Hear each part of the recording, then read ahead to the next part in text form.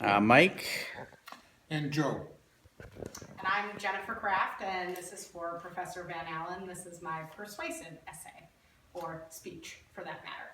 So I chose to discuss the problems that we have currently with, I guess, America as a whole, and why I happen to think that President-elect Donald Trump is the best candidate for the job. So we currently as a country are completely divided. There is no uniformity. There is nothing that actually states that we are currently the United States of America. But I think a lot of us are wondering, how in the world did this happen? How did President-elect Donald Trump get the candidacy from Hillary Clinton, who was the projected winner? Now, when the results originally came out, it said that Hillary won the popular vote, but as fate would have it, 2 days later, we found Donald did get the popular vote as well as get in via the Electoral College. So what's happening now in America is the setting of fires and the current riots that are spiraling just completely out of control, and that just can't happen. That shows how vulnerable and how ununified we are as a country to the other countries that not only dislike us, but actually want to attack us.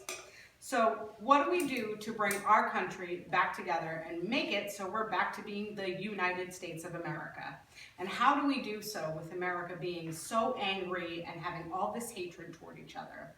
What's interesting is that when President Obama was first elected in 2008, as well as re-elected in 2012, there wasn't a single riot that you heard about from him winning. Sure, there were little things here and there, and the USA Today that I actually quoted in my outline talks about how there was a protest, but it was mostly peaceful, and it didn't become out of control until an anarchist group got involved, and that's when people started vandalizing buildings, kicking cars, knocking out power.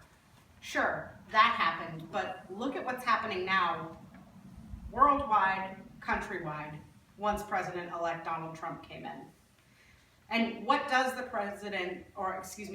protesting send to these other countries? It shows them that if we can't get along with ourselves, how are we ever going to get along with other countries? It shows that we're weak, and it shows that we are clearly at a vantage point where we can get taken advantage of. So I'd like to talk a little bit about how we move on and how we move forward. And unfortunately, as cruel as it may sound, the best way to move on is to move forward. We have to come together, because no matter how many people go around and say, well, Donald Trump's not my president, he most certainly is. And he's going to be, and we'll have to just go on with it and I guess deal with it for the next 4 years. Now, Donald Trump recently met with President Obama and said that he was looking forward to, unfortunate use of words, but dealing with our president who is currently in office and dealing with his council. He wants to make the country great, but how is he going to do it? Most of us don't know, so it actually kind of is a surprise tactic, so we'll see how it works out. But if the president-elect is willing to work with the former president, and yet they both have different backgrounds and they both belong to different presidential parties, shouldn't that give us hope for the future? And let's look at the history of protests. Let's look at Bastille for a moment. Bastille was one of the most violent protests in history, and in fact it ended up with the beheading of their own governor. They didn't have cameras back then, so that's the closest I could get, which is a painting of Bastille. This was a horrible and absolutely turned violent protest, but in the end, it actually helped their government out because they overthrew their own ruler. But then you have other protest examples like Gandhi's Salt March. 60,000 people participated in Gandhi's Salt March. Not a single one of them was violent. He walked around and collected his own salt just as a protest because he no longer wanted to be under British Empire. And the reason that march was so successful was because Gandhi himself was just at peace.